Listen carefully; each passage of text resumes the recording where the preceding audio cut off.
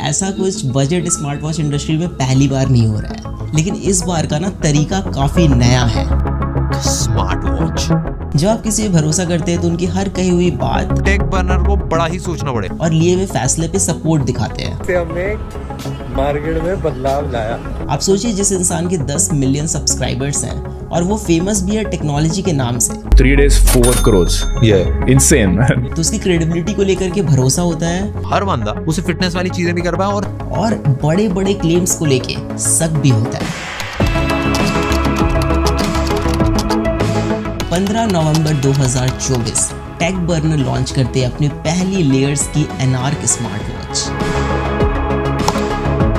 मैंने बोला मेरी वॉच फंक्शन नहीं कर रही ठीक से, उधर से रिप्लाई चाइनीज में आता है। इन्होंने कैसे एक एजेंसी को हायर करके अपने वॉच के रिलेटेड अनरियल हाइप क्रिएट करी और ऑडियंस को एंगेज करा। मुझे कुछ पुराने वेब मटेरियल्स मिले हैं ऑनलाइन और ये कुछ और ही दर्शा रहे हैं।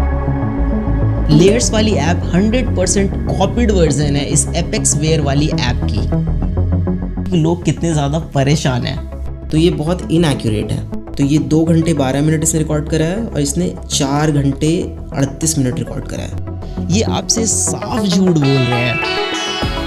ऐसी बहुत सी चीज़ें हैं जो आपको क्रिएटर बिजनेस को लेकर के दोबारा सोचने पे मजबूर करेंगी और मे बी आप भरोसा करना छोड़ दें।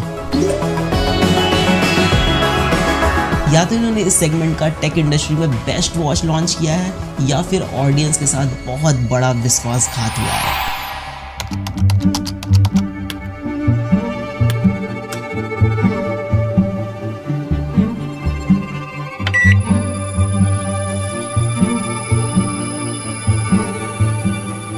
पिछले 5 सालों से बजट स्मार्ट वॉच इंडस्ट्री में 2 चीज़ें कंसिस्टेंट है, इनएक्यूरेट सेंसर और दूसरा रीब्रांडिंग। लेकिन इन्होंने कुछ अलग किया है, ऐसा ये कह रहे हैं। जैसे अच्छी बैटरी लाइफ, अच्छा डिस्प्ले, एक स्टेबल यूआई, एक अच्छी स्टेबल ऐप, तो हम एक ऐसा प्रोडक्ट बना पाएंगे जो डेफिनेटली काफी ज्यादा क्रेजी हो।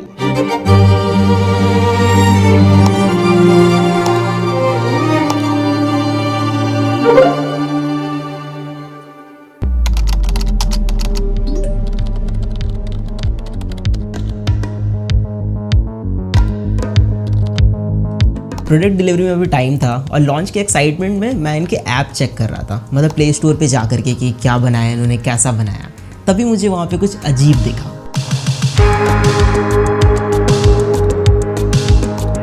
ऐप के स्क्रीनशॉट में किसी दूसरे वॉच का नेम था जो ये लोग हटाना भूल गए थे, या फिर ये गड़बड़ी इनके टीम में से किसी की हो सकती है। सॉफ्टवेयर और यूआई डिजाइन में भी हमने मल्टीपल लोगों से बात करी। हमारी टीम में वेंकी ने भाई नेक्स्ट लेवल एप्स बना रखी है जो एप्पल में, एंड्रॉइड में दोनों के चार्ट्स पे काफी टॉप पे रहती है। आप सोचिए जरा, कोई भी अगर अपनी खुद की ऐप बनाएगा तो उसमें किसी और के वॉच का नेम क्यों ही डालेगा। एंड वैशाली ने भी भाई नेक्स्ट लेवल डिजाइन्स बना रखे। तो यूआई और वॉच फेसेस हमने सारी मेहनत करके खुद अपने हाथों से बनाया। फिर मुझे सच में शक होने लग गया, ये ऐप इनकी है या फिर कुछ और गेम है यहाँ पे।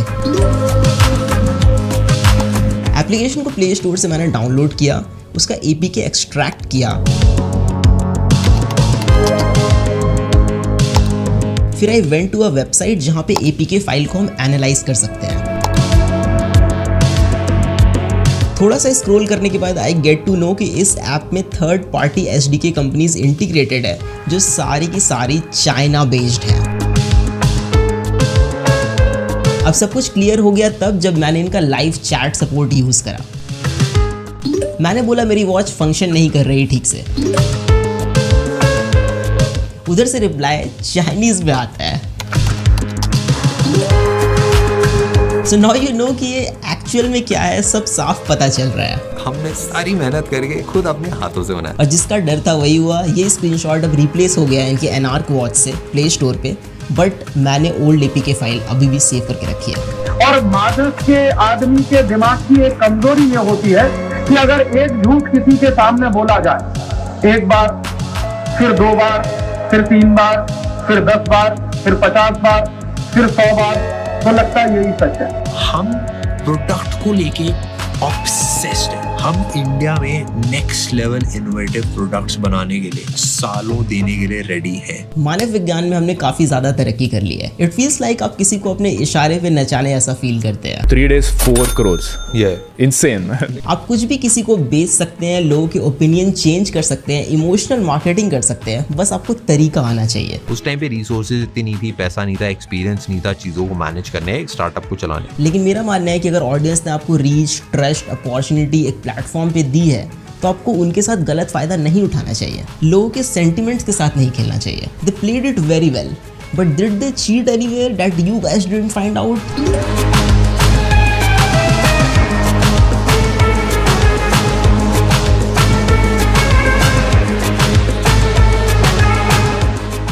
ट्विटर या एक्स पे देयर इज वन पोस्ट जो और भी चीज़ें थोड़ी ज़्यादा क्लियर कर दे रहा है। इन्होंने कैसे एक एजेंसी को हायर करके अपने वॉच के रिलेटेड अनरियल हाइप क्रिएट करी और ऑडियंस को एंगेज करा।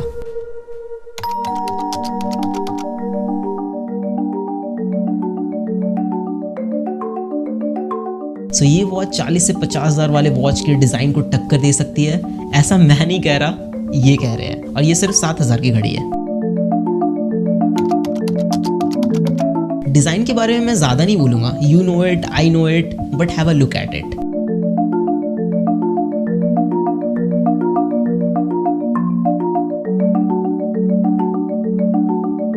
मुझे कुछ पुराने वेब मटेरियल्स मिले हैं ऑनलाइन और ये कुछ और ही दर्शा रहे हैं। लंदन में डिजाइनिंग, सीरियसली। हमने अपनी वॉच के मल्टीपल वेरिएशंस बनाए, कौन कौन से वेरिएशन के साथ हम जा सकते। खैर जो भी हो, it is not even very practical. If you guys are familiar with me then I use gorilla wrist a lot in my videos. जितने भी टॉप ब्रांड्स है मार्केट में वो फिटिंग एडजस्टमेंट में डिफरेंट साइजेस पे बहुत ध्यान देते हैं। But if you're just starting out, it will be difficult for you to make 3 different variants of a single product. तो जितने बजट ब्रांड्स हैं वो मिडिल ग्राउंड चूज करते हैं, ना ज़्यादा बड़ी घड़ी ना ज़्यादा छोटी। But look at this watch. It is so big for a medium wrist guy. इसको पहन के कोई भी बंदा या बंदी अंडर कॉन्फिडेंट फील करेगा। जो वॉचेस क्वालिटी में बहुत अच्छे होते हैं वो हल्के होते हैं कि आपके रिस्ट टायर्ड ना फील करे ओवर टाइम। बट ये वॉच बहुत भारी है, may be because it is made up of stainless steel. लेकिन क्या मतलब डालने का जब रिस्ट आपका टायर्ड फील करे ओवर टाइम।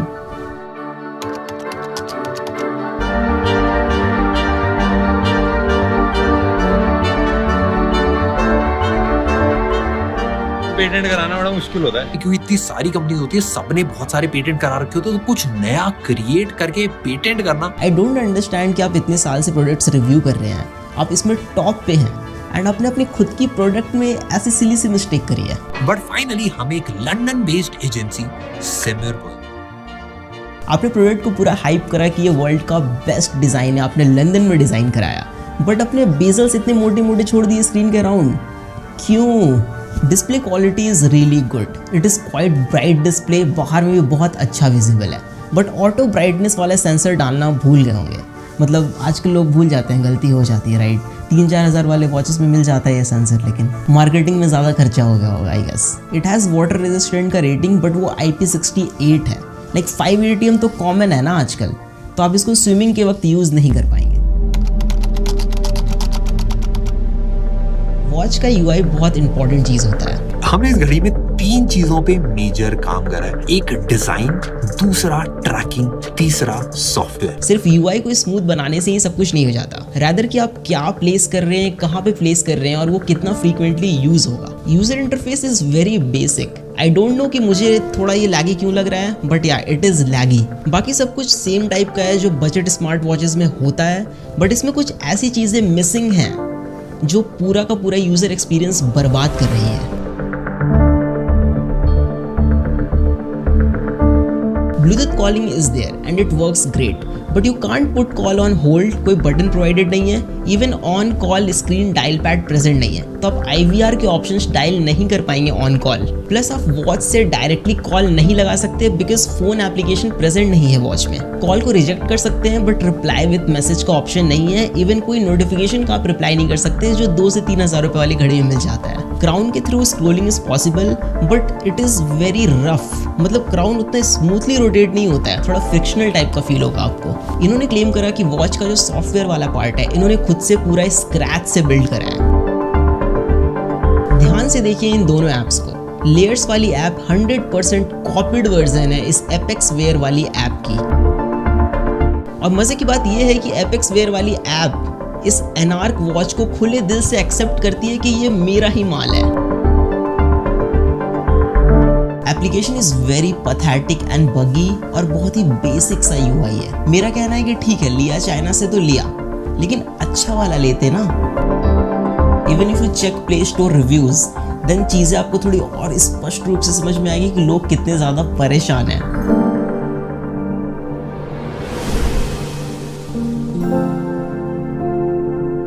अब बोलिए मैं क्या कहूँ, बस एक चीज है जिससे अब इनकी लाज बच सकती है, डेटा एक्यूरेसी। लेकिन उसमें भी एकदम बड़े बड़े क्लेम्स मारे हैं इन्होंने। इसकी जो हार्ट रेट ट्रैकिंग है वो एप्पल वॉच अल्ट्रा से कंपेरेबल है, मतलब आप दोनों पे ट्रैक करोगे ऑलमोस्ट सेम ही आएगा।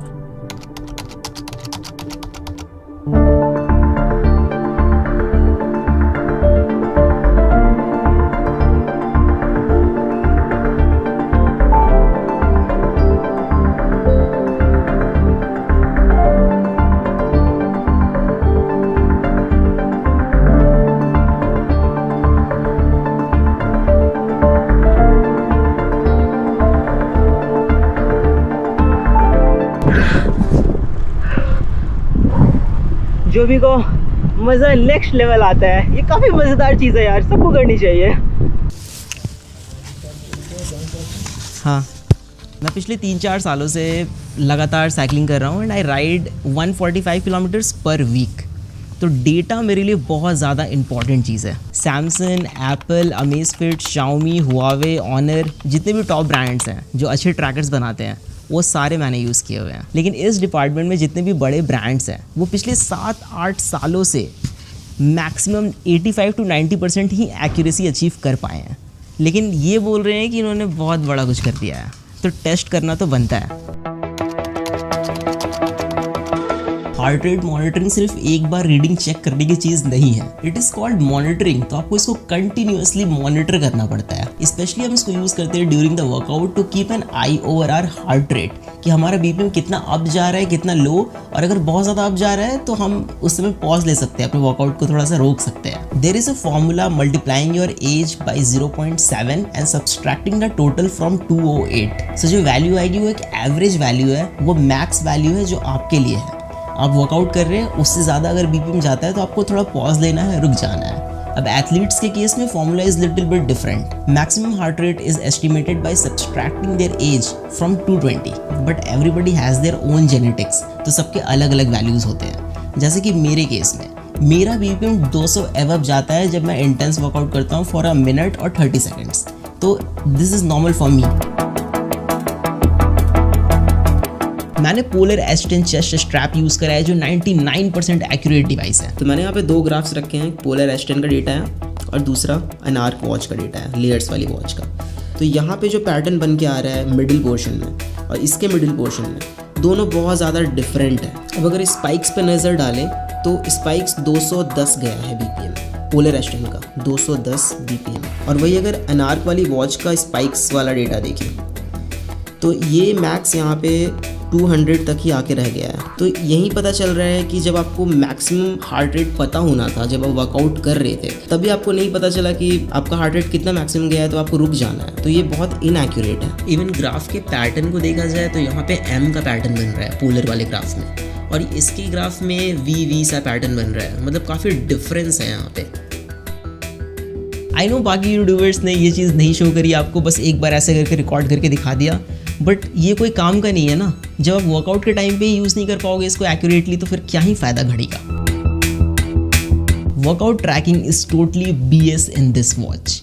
आप कैसे डिज़ाइन कर सकते हैं एक ऐसा प्रोडक्ट जो बेसिक चीज़ें ऑफर ना करे। You can't control music while working out, even आप टारगेट भी सेट नहीं कर सकते हैं। कोई कनेक्टेड GPS या GPS सिंकिंग वाला फीचर भी नहीं है फॉर आउटडोर वर्कआउट्स, जिसमें आप कैसे ट्रैक करेंगे आउटडोर वर्कआउट अपना। कितने किलोमीटर आपने साइकिलिंग करी है, कितने की स्पीड पे करी है, कितनी एवरेज स्पीड आपकी रही, आप रनिंग करते हैं तो आप कितने किलोमीटर भाग के आए हो, एग्जैक्ट रूट क्या रहा, ये सब कुछ भी नहीं पता चलता है इसमें। और गलती से अगर आपका वॉच का क्राउन बटन टच हो गया while you are working out, आपको पता भी नहीं चलेगा और ये वॉच पॉज कर देगा वर्कआउट को, आपसे पूछेगा भी नहीं। Plus it is very disappointing कि स्ट्रावा और गूगल फिट के साथ आपका डेटा सिंक नहीं होता है, कोई ऑप्शन ही प्रेजेंट नहीं है, जो वाकई एक बहुत बड़ा डील ब्रेकर है। स्लीप मॉनिटरिंग एक ऐसी चीज़ है, इसमें बहुत ज़्यादा ट्रेनिंग और एल्गोरिदम की पॉलिशमेंट की ज़रूरत पड़ती है। गूगल ने जब फर्स्ट टाइम अपना गूगल पिक्सल वॉच इंट्रोड्यूस करा था तो उसने फिटबिट का साथ लिया था।